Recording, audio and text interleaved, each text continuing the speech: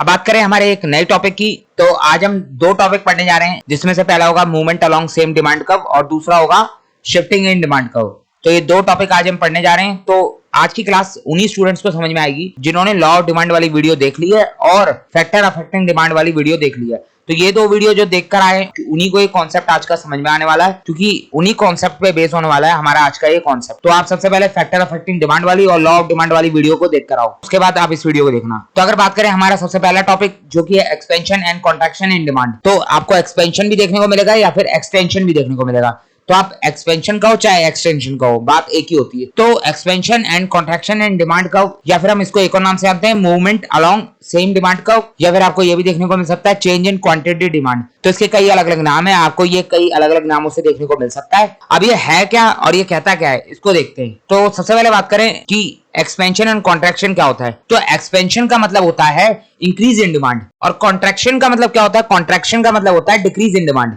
Expansion में हमारी demand increase होगी, कॉन्ट्रैक्शन में हमारी डिमांड डिक्रीज होगी। अब सवाल ये आ रहा है कि डिमांड इंक्रीज और डिक्रीज हो क्यों रही है, आखिर इसके इंक्रीज और डिक्रीज होने के पीछे का रीजन क्या है।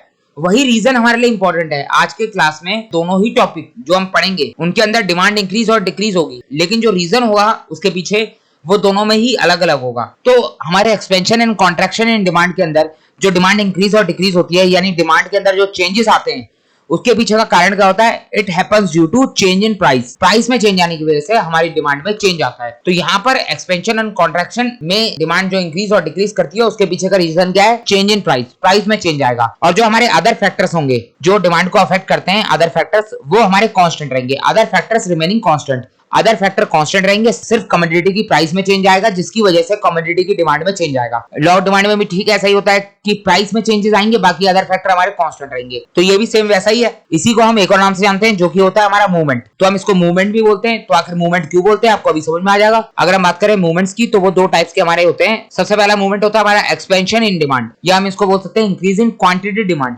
मैंने आपको बोला था एक्सपेंशन का मतलब क्या होता है, क्वांटिटी डिमांड बढ़ेगी। तो यही बात ये कह रहे हैं, एक्सपेंशन का मतलब है इंक्रीज इन क्वांटिटी डिमांड, या हम इसको ऐसे भी कहते हैं downward movement on the same demand curve. अब ये क्यों कहते हैं ये अभी आपको समझ में आएगा, 2 मिनट रुक जाओ। एक्सपेंशन का मतलब है क्या, राइज इन डिमांड। एक्सपेंशन का मतलब तो आपको पता है डिमांड इंक्रीज होगी। चेंज किस में आना है, प्राइस में आना है। प्राइस की वजह से डिमांड इंक्रीज और डिक्रीज कर रही है। अब ये बताओ एक्सपेंशन के अंदर डिमांड इंक्रीज करेगी तो रीजन क्या होगा, प्राइस का इंक्रीज होना या डिक्रीज होना, प्राइस का डिक्रीज होना, क्योंकि डिमांड तो तभी इंक्रीज करती है ना जब प्राइस डिक्रीज होता है। अदर फैक्टर तो आपके कांस्टेंट रहेंगे। तो इंक्रीज इन क्वांटिटी डिमांड आपको समझ में आ गया क्यों कहते हैं इसको हम, और एक्सपेंशन इन डिमांड तो हम कहते ही हैं। अब सवाल ये आता है कि इसे downward movement on the same demand का क्यों कहते हैं। अब ये डायग्राम समझो, इसका आपको क्लियर हो जाएगा। ये एक्सपेंशन इन डिमांड का हमारा डायग्राम है। सबसे पहले आप ये देखो, प्राइस, ये पी हमारा प्राइस है और क्यू हमारी क्वांटिटी डिमांड है। तो पी प्राइस पर क्यू क्वांटिटी डिमांड थी हमारी। तो जैसी प्राइस डिक्रीज हुआ, डिक्रीज होकर P1 पे आ गया, तो हमारी क्वांटिटी डिमांड इंक्रीज हो गई, Q से Q1 पे आ गई। प्राइस डिक्रीज होते ही हमारी क्वांटिटी डिमांड इंक्रीज हो गई। यहाँ पर हमने ये डिमांड कर्व बना दिया। हमने दोनों ही पॉइंट को एक ही डिमांड कर्व में शो कर दिया, पहले वाला प्राइस और पहले वाली क्वांटिटी, और चेंज वाला प्राइस और चेंज वाली क्वांटिटी। इन दोनों ही चीजों को हमने एक ही डिमांड कर्व में शो कर दिया। सेम डिमांड कर्व में हमारा ये शो हो गया। तो सबसे पहला पॉइंट हमारा ये ए पॉइंट था, प्राइस और क्वांटिटी वाला। उसके बाद प्राइस गिरा तो बी वाला पॉइंट बना P1 और Q1 का। हमारा जो डिमांड कर्व है वो A to B गया हुआ है, यानी ऊपर से नीचे की तरफ जा रहा है। इसीलिए हम इसको बोलते हैं downward movement along the same demand curve. Downward movement show किया गया, सेम डिमांड कर्व एक ही डिमांड कर्व में शो हो गया। हमें दूसरा डिमांड कर्व बनाने की जरूरत नहीं पड़ी, एक ही डिमांड कर्व के अंदर डाउनवर्ड मूवमेंट शो हो गया। अभी दूसरा डिमांड कर्व कैसे बनाते हैं वो भी हम आज ही देखेंगे। तो ये हो गया हमारा एक्सपेंशन इन डिमांड, जिसमें हमने इंक्रीज इन डिमांड दिखाया due to fall in price. क्योंकि हमारा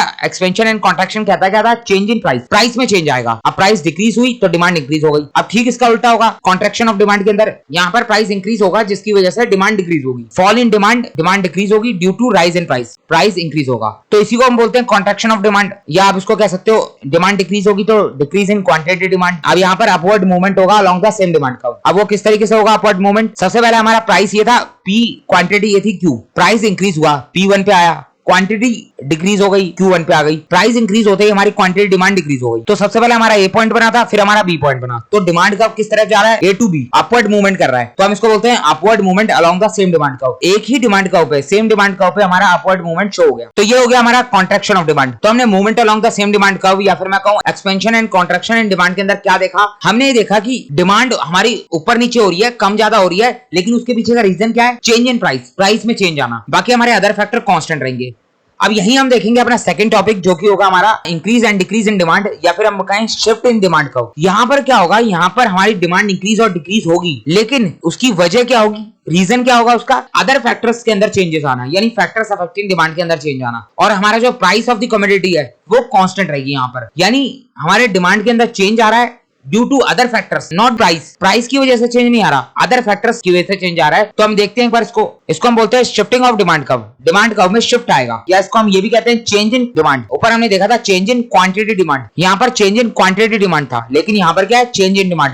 आप इसको समझो ध्यान से, ये छोटी छोटी बातें हैं लेकिन एग्जाम में आपका आंसर गलत करवा सकते। तो चेंज इन डिमांड और चेंज इन क्वांटिटी डिमांड में फर्क होता है। चेंज इन क्वांटिटी डिमांड कब होता है, जब डिमांड में चेंज आता है due to price of the commodity. लेकिन चेंज इन डिमांड का मतलब क्या होता है, डिमांड में चेंज आएगा due to other factor, commodity का प्राइस तो कांस्टेंट रहेगा, उसमें कोई चेंज नहीं आएगा। तो देखते हैं एक बार इसको, it happens due to change in factors affecting demand. जो हमारे फैक्टर्स अफेक्टिंग डिमांड है उनमें चेंजेस आए। फैक्टर्स अफेक्टिंग डिमांड कौन से होते हैं हमारे, price of related good, income of the consumer, taste and preference, future expectation about prices और अदर फैक्टर। ये सब हमारे क्या होते हैं, फैक्टर्स अफेक्टिंग डिमांड। इसके अंदर हमारा प्राइस ऑफ द कमोडिटी नहीं है, क्यों, क्योंकि प्राइस ऑफ द कमोडिटी तो कांस्टेंट रहेगी, उसके अंदर कोई चेंज नहीं आएगा। तो प्राइस ऑफ द कमोडिटी को छोड़कर बाकी जितने भी फैक्टर्स हैं उनमें चेंजेस आएगा, प्राइस ऑफ द कमोडिटी हमारी कांस्टेंट रही। तो it happens due to change in factors affecting demand other than commodity on price. यहाँ पर कमोडिटी का खुद का प्राइस कांस्टेंट रहने वाला है, उसमें कोई चेंज नहीं आएगा, अदर फैक्टर्स में चेंज आने की वजह से डिमांड में चेंज आ रहा है। इट इज कॉल्ड शिफ्टिंग, इसको हम शिफ्टिंग बोलते हैं। एक्सपेंशन और कॉन्ट्रैक्शन को क्या बोलते थे हम, मूवमेंट, इसको हम बोलते हैं शिफ्टिंग। अब देखो यहाँ पर शिफ्टिंग जो होती है वो हमारी दो टाइप की होती है, एक इंक्रीज इन डिमांड वाली शिफ्टिंग, दूसरा डिक्रीज इन डिमांड वाली शिफ्टिंग। इंक्रीज इन डिमांड जब होगा तो उसको क्या कहेंगे हम, rightward shift in the demand curve. Rightward shift करेगा हमारा demand curve when there is increase in demand. अगर डिमांड इंक्रीज होती है हमारी तो रीजन क्या होगा उसके पीछे, due to favourable change in factors other than price. यहाँ पर देखो अदर देन प्राइस लिखा है, प्राइस हमारा कांस्टेंट रहेगा, चेंजेस किसके अंदर आएंगे, अदर फैक्टर्स के अंदर। और चेंज भी कैसा चेंज आएगा, फेवरेबल चेंज आएगा। डिमांड बढ़ी है तो अच्छी बात है ना, तो डिमांड कब बढ़ेगी, जब फेवरेबल चेंज आएगा। अब ये फेवरेबल चेंज क्या होता है, यहाँ पर देखो मैंने बता रखा है, फेवरेबल चेंज का मतलब हो गया rise in price of substitute. Substitute good का प्राइस इंक्रीज हो गया। सब्स्टिट्यूट गुड कौन से होते हैं, जो हम एक के बदले दूसरा इस्तेमाल कर सकते हैं। हमने पढ़ा था अच्छे से, अगर हम टी और कॉफी को कंपेयर करें, अगर हमें टी की डिमांड देखनी है तो हमें कॉफी को सब्स्टिट्यूट गुड मानना पड़ेगा। टी की डिमांड में चेंज कब आएगा, जब कॉफी का प्राइस इंक्रीज होगा। अगर कॉफी का प्राइस इंक्रीज हो जाता है, यानी उसके सब्स्टिट्यूट गुड का प्राइस इंक्रीज हो जाता है, तो टी की डिमांड बढ़ जाएगी। कैसे बढ़ जाएगी, जो कॉफी पीने वाले लोग होंगे वो अब चाय पीना शुरू कर देंगे, क्योंकि कॉफी का प्राइस इंक्रीज हो गया और coffee as compare to tea महंगी हो गई। तो कॉफी वाले कंज्यूमर जो है वो टी में शिफ्ट हो जाएंगे, क्योंकि टी का प्राइस तो कांस्टेंट है। टी की डिमांड में चेंज आया है due to rise in price of its substitute. तो सब्स्टिट्यूट जो हमारी कॉफी है उसका प्राइस इंक्रीज होने की वजह से हमारी टी की डिमांड इंक्रीज हो जाएगी, जबकि टी का प्राइस कांस्टेंट है। उसी तरीके से fall in price of a complement goods. Complementary goods क्या होते हैं, मैंने आपको बता रखा है, जो इकट्ठे इस्तेमाल होते हैं, यानी कार और पेट्रोल। कार और पेट्रोल दोनों कॉम्प्लीमेंट्री गुड है, एक के बिना दूसरे का कोई काम नहीं है, दोनों इकट्ठे चाहिए अगर इस्तेमाल करना है तो अगर मान लो पेट्रोल का प्राइस कम हो गया तो कार की डिमांड बढ़ जाएगी। तो अगर किसी भी कॉम्प्लीमेंट गुड का प्राइस डिक्रीज हो जाता है तो दूसरे गुड्स की डिमांड इंक्रीज हो जाती है। अगर पेट्रोल का प्राइस कम हो जाता है तो कार की डिमांड बढ़ जाती है, जबकि कार की प्राइस में कोई चेंज नहीं आया, कार का प्राइस कांस्टेंट है, फिर भी कार की डिमांड बढ़ गई due to fall in the price of a complementary goods. समझ में आ गया आपको। तीसरा हमारा राइज इन इनकम। इनकम बढ़ गई तो डिमांड ऑटोमेटिकली बढ़ जाती है। हमने देखा था इनकम इंक्रीज हो जाती है तो डिमांड भी इंक्रीज हो जाती है। ये हम बात कर रहे हैं नॉर्मल गुड्स की। नॉर्मल गुड्स के केस में इनकम इंक्रीज होती है तो डिमांड इंक्रीज होती है। अगला है हमारा taste and preference, favour of commodity. यहाँ पर फेवर की बात हो रही है, यानी फेवरेबल चेंज आएगा टेस्ट और प्रेफरेंस के अंदर। तो अगर फेवरेबल चेंज आता है टेस्ट और प्रेफरेंस के अंदर तो डिमांड इंक्रीज हो जाएगी। फिर हमारा next point, future expectation about rise in price. अगर हमें ऐसा लगता है कि किसी कमोडिटी का प्राइस फ्यूचर में इंक्रीज होने वाला है तो प्रेजेंट में उसकी डिमांड इंक्रीज हो जाती है। लोग अभी खरीदना शुरू कर देते हैं कि बाद में महंगा हो जाएगा। तो अगर फ्यूचर में किसी कमोडिटी का प्राइस इंक्रीज होता है तो उसकी डिमांड अभी इंक्रीज हो जाती है। लास्ट है हमारा इंक्रीज इन पॉपुलेशन। अगर किसी कंट्री के अंदर, किसी एरिया के अंदर पॉपुलेशन का साइज ज्यादा है, पॉपुलेशन का साइज इंक्रीज हो रहा है, तो वहां पर डिमांड भी इंक्रीज होती है। अगर पॉपुलेशन का साइज कम हो रहा है तो डिमांड भी कम होती है। तो इंक्रीज इन पॉपुलेशन की वजह से भी डिमांड इंक्रीज होती है। तो ये सब हमारे फैक्टर्स हो गए जो कि हमारे डिमांड को अफेक्ट करते हैं, लेकिन price of a commodity constant रहेगा। प्राइस ऑफ अ कमोडिटी के अंदर कोई चेंज नहीं आएगा, फिर भी हमारी डिमांड इंक्रीज करेगी due to change in factors affecting demand. अब देखो ये सारे पॉइंट्स हम पहले पढ़ के आ चुके हैं। हमने फैक्टर्स अफेक्टिंग डिमांड के अंदर इसके बारे में डिटेल में डिस्कशन किया था। मैंने आपको कई एग्जांपल भी बताए थे, कई एग्जांपल भी हमने देखे थे। तो जिन्होंने फैक्टर्स अफेक्टिंग डिमांड वाली वीडियो देखी है उनको ये सब बातें समझ में आ गई होंगी जो मैंने समझाई। बाकी जिन्होंने नहीं देखी उनको समझने में दिक्कत हो सकती है। तो अगर इसका एक बार ग्राफ देख लेते हैं किस तरीके से बनेगा। तो अगर इसकी ग्राफ की बात करें तो हमारा पहले प्राइस P था और डिमांड Q थी। प्राइस P है, हमारा डिमांड Q है। फिर क्या हुआ, प्राइस हमारा कमोडिटी का कांस्टेंट रहा, लेकिन हमारी डिमांड बढ़ गई। डिमांड हमारी Q से Q1 पे आ गई, डिमांड हमारी इंक्रीज हो गई। अब ये डिमांड इंक्रीज क्यों हुई है, क्योंकि अदर फैक्टर्स के अंदर फेवरेबल चेंज आया है। प्राइस अभी भी कांस्टेंट है, लेकिन अदर फैक्टर्स के अंदर एक फेवरेबल चेंज आया है, जिसकी वजह से हमारी डिमांड बढ़ गई। अब अगर हम डिमांड कर्व बनाएं तो ये हमारा एक डिमांड कर्व ये वाला बनेगा, दूसरा हमारा डिमांड कर्व ये D1 वाला बनेगा। इसको हमने D से डिनोट कर दिया, इसको हमने D1 से डिनोट कर दिया। तो D से D1 में क्या हुआ है, राइटवर्ड शिफ्ट हुआ है, यानी फॉरवर्ड शिफ्ट हुआ है और हमारी डिमांड इंक्रीज हुई है, इंक्रीज इन डिमांड हुई है। लेकिन क्या एक ही डिमांड कर्व बनाने से हमारा shift in demand curve show हो गया? बिल्कुल नहीं हुआ। शिफ्ट इन डिमांड कर्व हमारा तभी शो होगा जब हम एक से ज्यादा डिमांड कर्व बनाएंगे। तो हमें दो डिमांड कर्व बनाने पड़े, तब जाके हम इंक्रीज इन डिमांड शो कर पाए। तो इंक्रीज इन डिमांड हमारा कैसे शो हुआ, D से D1 पे जाके। ये हमारा शिफ्ट हुआ है A to B, rightward shift किया है, तो इसीलिए हम इसको बोलते हैं राइटवर्ड शिफ्ट या फिर forward shift in demand curve. अगला देखते हैं डिक्रीज इन डिमांड। तो अब आपको वैसे ही समझ में आ गया होगा, डिक्रीज इन डिमांड का मतलब leftward shift in demand curve. अब ये क्यों होगा, when decrease in demand due to unfavourable change in other factors. अब अदर फैक्टर्स के अंदर अनफेवरेबल चेंज आया है अदर देन प्राइस। प्राइस में कोई चेंज नहीं आया, प्राइस हमारा कांस्टेंट है। चेंज किस में आया है, चेंज आया हमारा फैक्टर्स के अंदर। और कैसा चेंज आया है, अनफेवरेबल चेंज आया है, ऐसा चेंज आया है जिसकी वजह से डिमांड डिक्रीज हो रही है।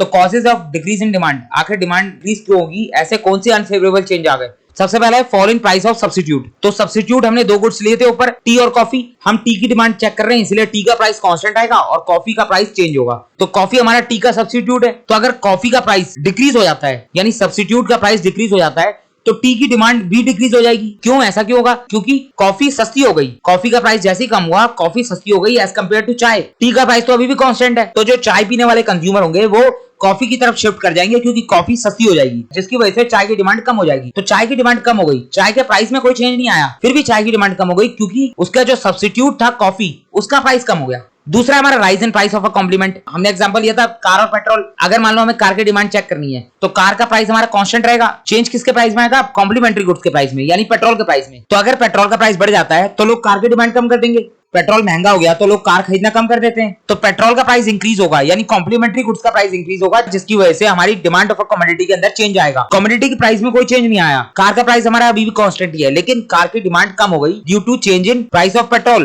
पेट्रोल का प्राइस बढ़ गया, इसकी वजह से हमारी कार की डिमांड कम हो गई। तीसरा है हमारा फॉल इन इनकम। इनकम हमारी डिक्रीज होगी तो डिमांड भी हमारी डिक्रीज होगी, तो इनकम कम होती है तो डिमांड ऑटोमेटिक कम हो जाती है। फोर्थ है हमारा taste and preference against the commodity. Commodity के अगेंस्ट चेंज आया टेस्ट एंड प्रेफरेंस के अंदर, यानी कंज्यूमर को टेस्ट और प्रेफरेंस पसंद नहीं आया, कंज्यूमर को टेस्ट पसंद नहीं आया कमोडिटी का, तो डिमांड कम हो जाएगी। फिफ्थ पॉइंट है हमारा future expectation about fall in price. Future में उम्मीद करी जा रही है कि प्राइस में फॉल आएगा, यानी आगे जाके प्राइस कम होगा। तो अगर किसी कमोडिटी का प्राइस आगे जाके कम होने वाला है, तो लोग उसको अभी खरीदना बंद कर देते हैं। लोग कहते हैं अभी नहीं खरीदते, जब आगे सस्ता होगा तब खरीदेंगे। जो खरीदने वाला भी होगा वो भी कहेगा बाद में खरीदूंगा जब सस्ता होगा। तो अगर फ्यूचर एक्सपेक्टेशन है कोई कमोडिटी सस्ती होने वाली है आगे जाके, तो उसकी डिमांड अभी कम हो जाती है। लास्ट पॉइंट है हमारा डिक्रीज इन पॉपुलेशन। अगर पॉपुलेशन कम हो जाएगी तो डिमांड भी डिक्रीज हो जाएगी। पॉपुलेशन का साइज जहां पर कम होता है वहां पर डिमांड भी कम होती है, तो पॉपुलेशन डिक्रीज, डिमांड डिक्रीज। तो ये सब हमारे फैक्टर्स हो गए जिसके अंदर अनफेवरेबल चेंज आएगा, जिसकी वजह से कमोडिटी की डिमांड डिक्रीज करेगी। Price of a commodity constant है। इसका डायग्राम कैसे बनेगा देख लेते हैं। पहले प्राइस P था, डिमांड हमारी Q थी, फिर क्या हुआ, प्राइस हमारा कांस्टेंट है, लेकिन अदर फैक्टर्स में अनफेवरेबल चेंज आ गया, जिसकी वजह से डिमांड हमारी Q से Q1 पे आ गई। यहाँ पर ये एरो गलत हो गया, एरो इस साइड होना चाहिए था, उल्टा बन गया एरो। तो Q से Q1 की तरफ हम शिफ्ट होंगे, हमारी डिमांड कम होगी। तो अब हम डिमांड कब बनाएंगे, तो हम लेफ्टवर्ड शिफ्ट हुए। पहले हम A पे थे, फिर हम B पे आए, A से B की तरफ शिफ्ट हुए, तो डिक्रीज इन डिमांड हो गया लेफ्टवर्ड और बैकवर्ड शिफ्ट होने की वजह से। और हमें बैकवर्ड शिफ्टिंग को दिखाने के लिए एक से ज्यादा डिमांड कब बनानी पड़े। तो शिफ्टिंग के केस में हम दो डिमांड कब बनाते हैं, जबकि मूवमेंट के केस में हम एक ही डिमांड कब बनाते हैं। तो आपको क्लियर होगा movement along the demand curve और शिफ्टिंग इन डिमांड कर्व का कॉन्सेप्ट। फिर भी अगर किसी को डाउट रह जाए तो कमेंट सेक्शन में कमेंट करके पूछ लेना। तो नेक्स्ट टॉपिक करेंगे हम अपनी नेक्स्ट क्लास के अंदर। जाने से पहले आप चैनल को सब्सक्राइब कर देना, वीडियो को लाइक कर देना और इस वीडियो को ज्यादा से शेयर करना। डिस्क्रिप्शन बॉक्स में टेलीग्राम ग्रुप का लिंक मिलेगा, उसको जाकर ज्वाइन कर लेना। अब मिलते हैं अपनी एक नई वीडियो के साथ। Thank you for watching this video.